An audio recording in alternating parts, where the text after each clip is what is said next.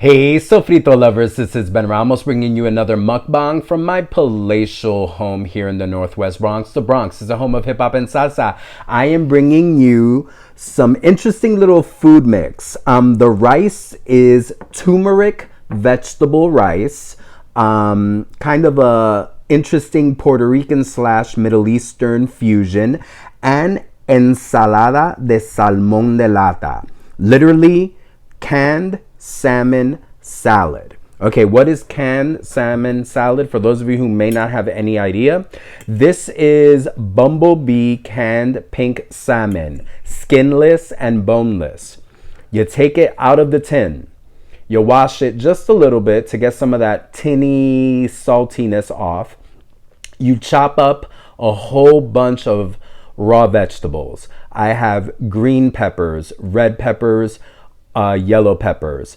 I chopped up some red or purple onion, depending on what you want to call it. I chopped up some delicious grape tomatoes, mixed it with the salmon, drizzled it all with olive oil. I make my ensalada with olive oil, not mayonnaise. Mayonnaise is the devil's snot. I would never do that. I do it the way my mom made it and the way even my roommate Frankie used to make it, with olive oil. Copious amounts of olive oil and salt and pepper and a little bit of raw garlic, and sometimes you can throw in an avocado, but I didn't feel like throwing in an avocado. So ensalada de salmón, salmon salad. Not complicated at all. Very classic, simple Puerto Rican salad. Puerto Ricans were known for taking those American-based canned meats that ended up on our island because of colonialism, and we work wonders with them. Salt, pepper, some sofrito sometimes. Sometimes it's salmon. Some people take the salmon, heat it up on the stove, then do all of that. I don't heat it up on the stove because I don't like canned meat to be too hot, especially canned fishes. I've never been one of those people that heats up tuna, heats up salmon, heats up sardines. It's better it comes out. This is a salad I think works best when it's cold. So, I make it cold. You throw it in the refrigerator. The colder it gets, the better it is. Every time you take it out of the refrigerator, add a little more extra virgin olive oil. Mix it together. I love it. I had such a craving for this over the weekend that I made a ton of it. The other day I even took some crackers and some white bread and made sandwiches with this.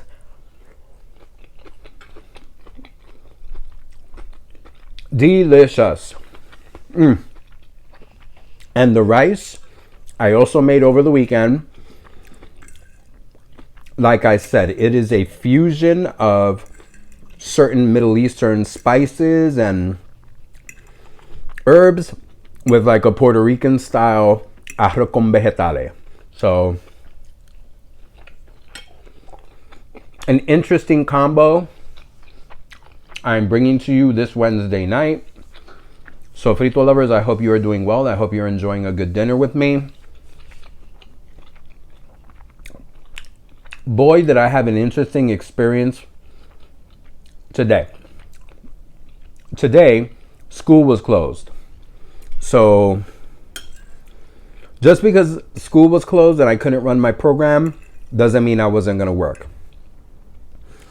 My organization ran a day of training and I had to go all the way to the BK. I had to go all the way from here, all the way up here in the Bronx, Northwest Bronx, all the way down to like BFE Brooklyn, butt fucking Egypt, Brooklyn. I was so far down in Brooklyn, I thought I was in Philadelphia. It was just that far away. Literally almost 2 hours away from where I live. For those of you who don't know, the Bronx is up here and Brooklyn is all the way in hell, right down there. So, lots of trains to get there. Actually, I did get Ubered there in the morning. Let me correct myself. I got Ubered there in the morning with my director and other directors, but we were on our own coming home. So I got to ride the wonderful New York City train system. And if you're not from New York City, just letting you know that in the last year or two, the news is just hyper focused on all the insanity that happens on the train.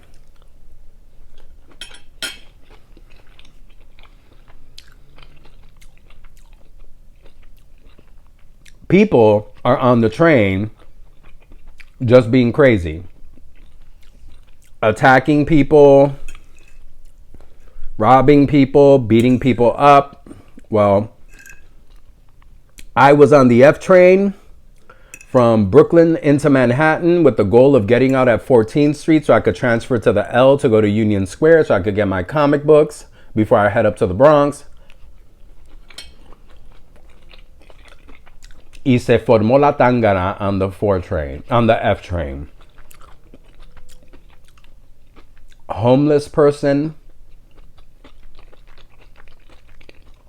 or as some people call them, an unhoused person, got into an argument with two other people.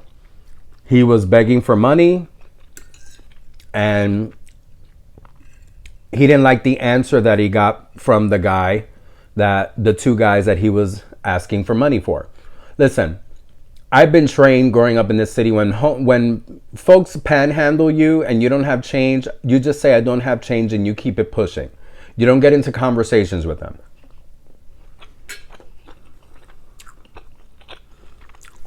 These two young gentlemen decided to get into a debate with the homeless person, who anyone in their right mind could notice was not in his right mind. Anyone observant would have noticed that homeboy was not all there.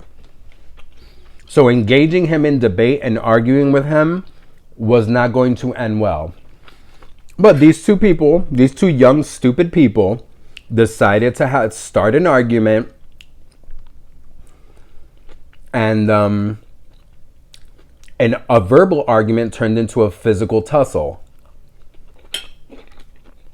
on a very crowded F train heading towards Manhattan at the very early beginnings of rush hour. So there was shoving and pushing and yelling and screaming and name calling and cussing, shoving and pulling and pushing and kicking. And those of us that were somewhat near to them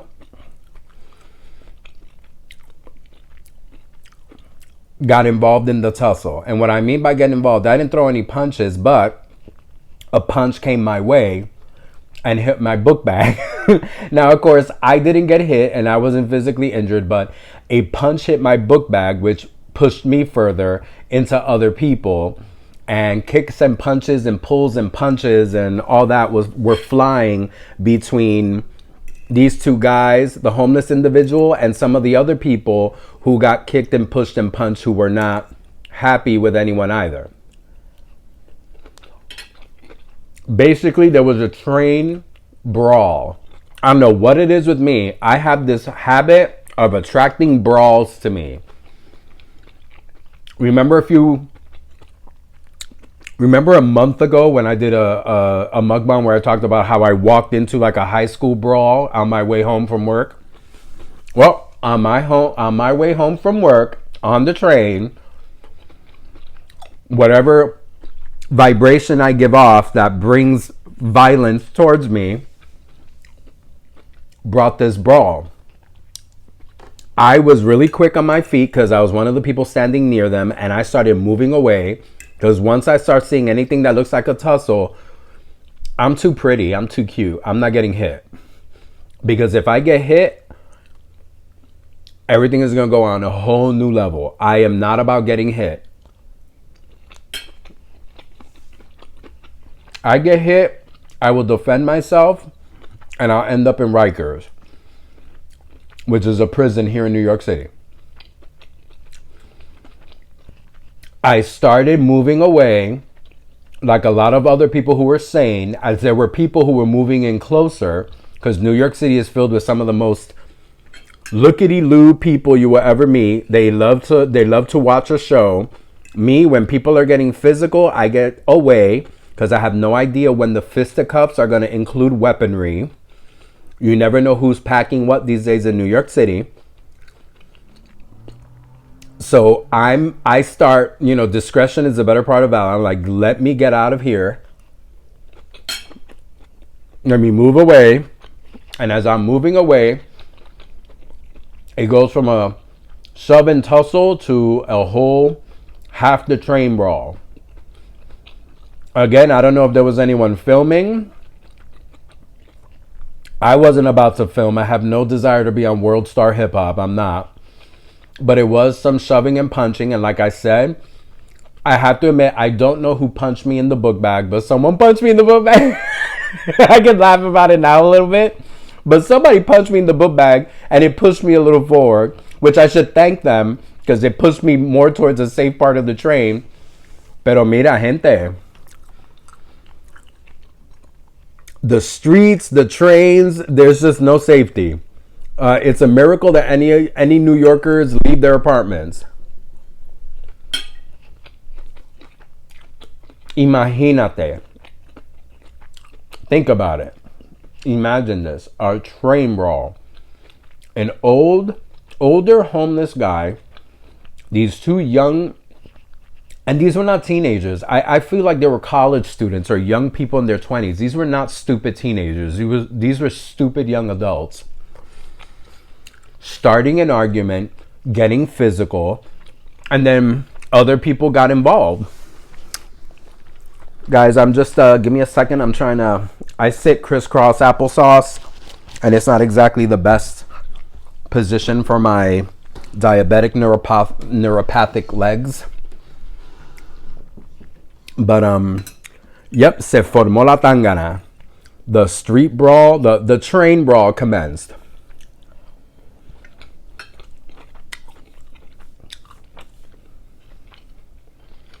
I'm telling you, if you don't live in New York City, you're probably not watching New York-based news. So you don't know that on almost every night there's something about an occurrence on the train. And then they have the nerve to say violence in the subway system is down by 15% in comparison to last year. It doesn't feel like that at all. That means either last year they were just not covering these things, or this year everyone's got a phone, everyone's reporting everything. I don't know. But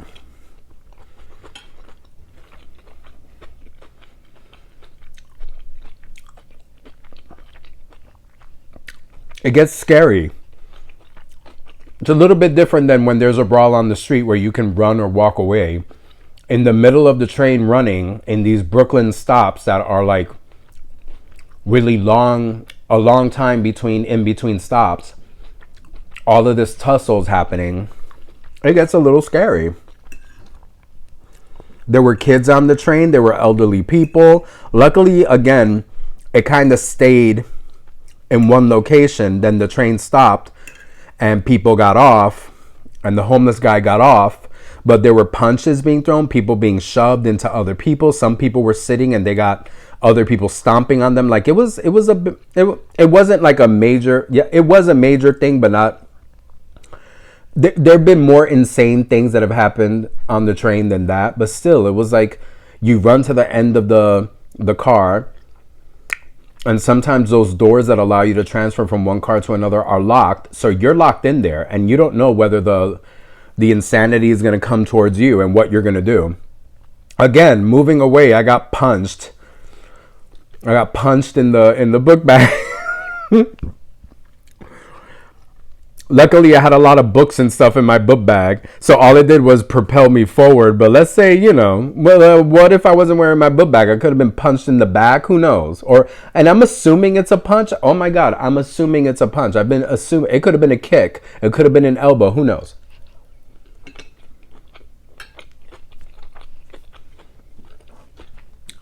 Folks, I'm not trying to dissuade anyone from visiting New York. Come to New York, but if you're going to take public transportation, be ready for anything. Take a self-defense class or two. I don't know. But yeah, that was my fun story for today. It happened to me, and then I said, today's Wednesday. I'm doing a mukbang later. Well, God gave me content. New York City. I love this city, but the city's been on a decline for a while now. It's always been in somewhat of a decline, but ever since, what happened in 2020,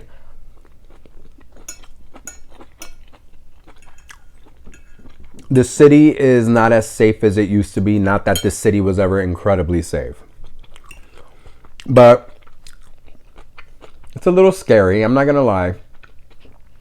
I got off the train on 14th Street. The fight stopped, right before getting into Manhattan. And making my way to 14th Street, I had some anxiety. Had to do some breathing exercises. Get myself recentered. I was like, okay, get recentered. You're about to get on another train. God knows what's going to happen there. And go to Union Square, get your comic books, hop on the 4, go home, rest and relax. You're fine. You got punched or kicked in the book bag. You're okay. Still a little jarring. Again, if you're coming to New York City, invest in a few karate classes.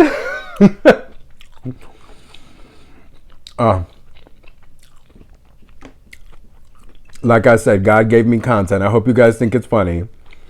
Street brawl. And if I show up on any World Star hip hop videos, please tag me. Please post them in the comments below. So, Frito lovers, I'll finish the rest of this delicious salmon cold salad and delicious turmeric veggie rice off camera. So, Frito lovers, go out there, go have some culinary adventures. Be careful on the train. Go out there, go taste for yourself. Como siempre, mucho, mucho, mucho más.